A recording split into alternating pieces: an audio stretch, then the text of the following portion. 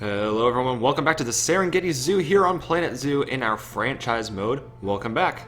First of all, I do want to apologize. I have not uploaded a Planet Zoo video in quite some time. I do apologize.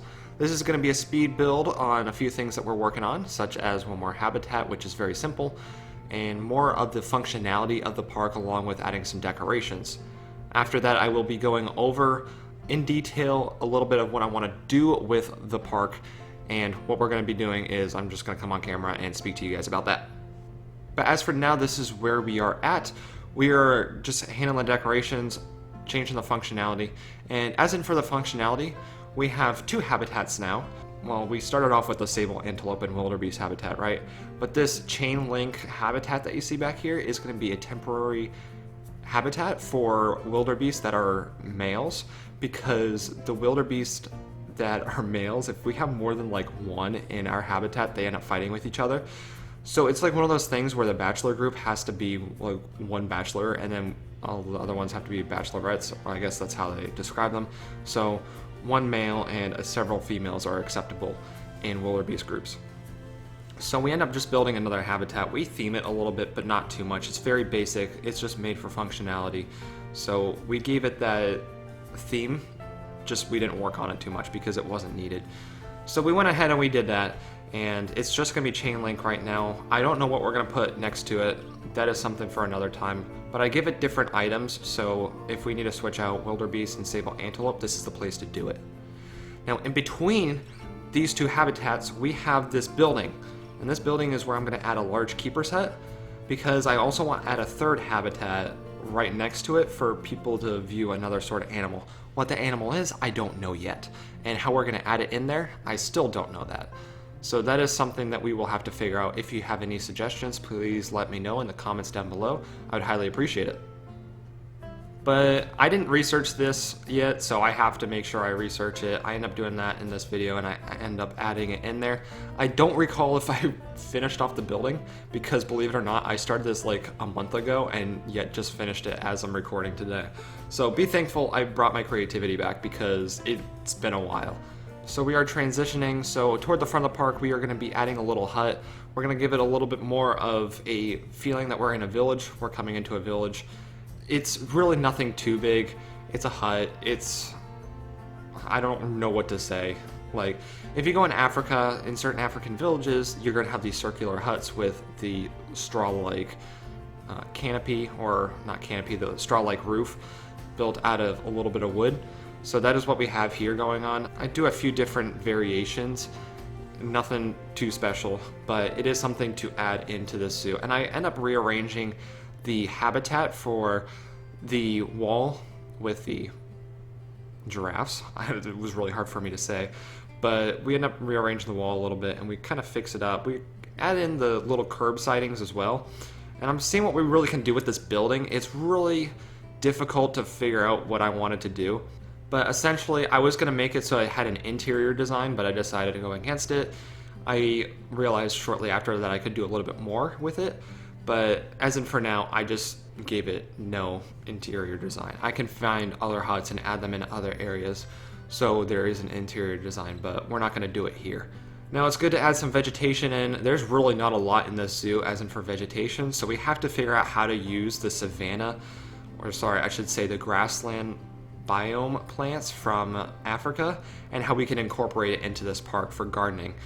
It is difficult for the most part because I'm trying not to do the same thing over and over again, so I have to figure out different ways of doing it. But we added some trees in, and I wanted to make sure we added a few little bushes, so you can see that in the corner by the building there, and then we end up building in the curb.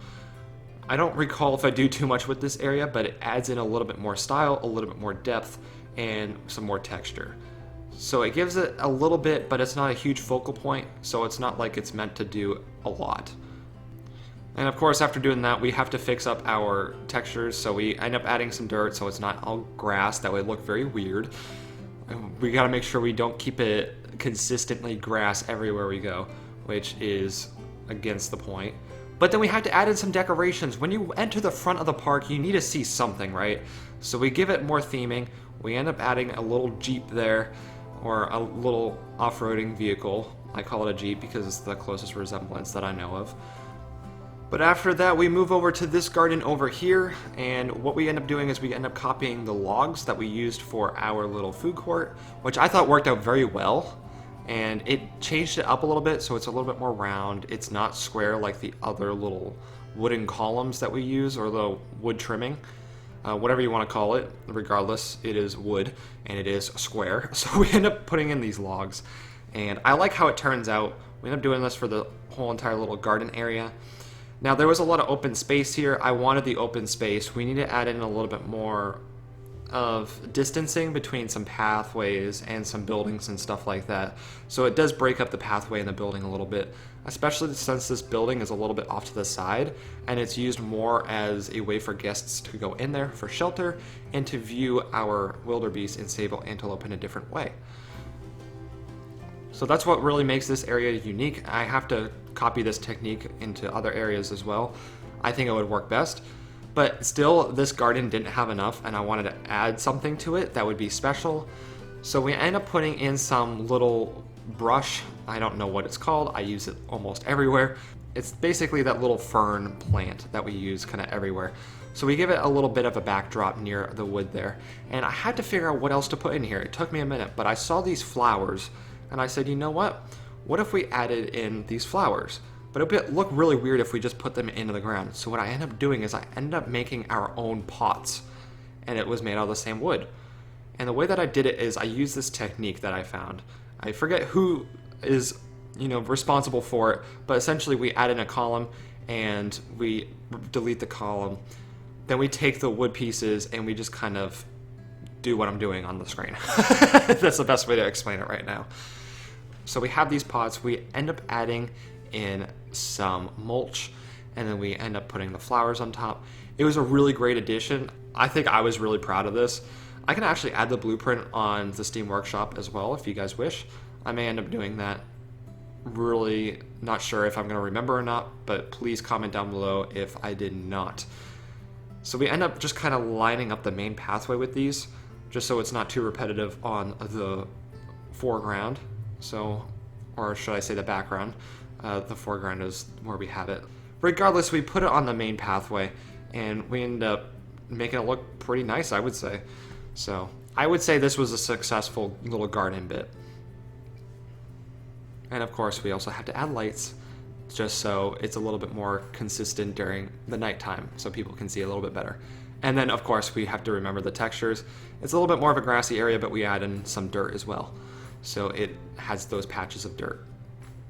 And then we added this bathroom over by the giraffe habitat, and I wanted to change up the building a little bit by the giraffe habitat, so that is something that we can look into doing in the future. But as in for this bathroom, we just get straight into it, and I unfortunately forgot to hit record, so all of a sudden I have a little bit done. But we end up making a little mud building, and we give it a little bit of design toward the roof, not too much. It's very simplistic. I have a feeling we're going to change this in the future, mainly because we're going to be adding in another habitat near here, and maybe adding in some more facility buildings. Or we could even be adding in some more natural environments near this area, which could really break up the zoo layout a little bit more. Not to mention, I kind of forgot that these things even existed, these little things that poke through the top of the roof. I've been kind of looking for something. I've actually been looking for that for quite some time, and I didn't know it was a thing, so I have to go back to like all my buildings and use that now, because otherwise all these buildings look weird. And of course, we ended up adding some little decorations, nothing too much. I didn't add any foliage because, quite simply, we are going to change up this area regardless. So we haven't gotten to that yet. But now I'm going to move over to my webcam, so let's get started on that. Okay, so it's not often that I bring my webcam onto the Planet Zoo, just because everything is used in all corners, basically. But we're going to go over a few things that we're actually going to go ahead and change, some things that I want to change about this zoo in particular. Now, I know I haven't done any Planet Zoo videos in quite some time, so therefore our next Planet Zoo video is probably going to be in the Shizenhogoku Zoo, which is our tropical region in Asia. So we will get to that part at some point, but I want to go over everything. First of all, it is morning now, and the lights are coming on. Well, the lights are about to go off, but the lights look nice throughout the park. We have it basically lit throughout all the main areas, and not so much this building because I forgot to add ceiling lights. However, we're going to ignore that for now. So the part that I want to talk about first is actually the entrance of our park. So first of all, this building, it's going to go. I'm giving you that right now, that this building is going to go. I did not like how I made this building. Very not so pretty, to say the very least. So therefore, it's going to go. We're actually going to move our information, like kiosk, somewhere else. And we're probably going to bring it, I don't know, maybe over here in this little loop area because I have no idea what to put in there. So we may add it in there, not quite sure yet, but it's an idea. Remember, at any time, if you guys have any cool suggestions or anything like that, let me know, and I will end up most likely doing them. And we're basically going to take away this area. I'm not quite sure exactly what we're going to do with it, but we're going to figure it out. Whether or not we make it more of like a natural spring or something is something we'll figure out along the way. But regardless, the building's going. Now this is the main area that I want to talk about, right? First of all, the staff headquarters is only here because I need to unlock the larger one.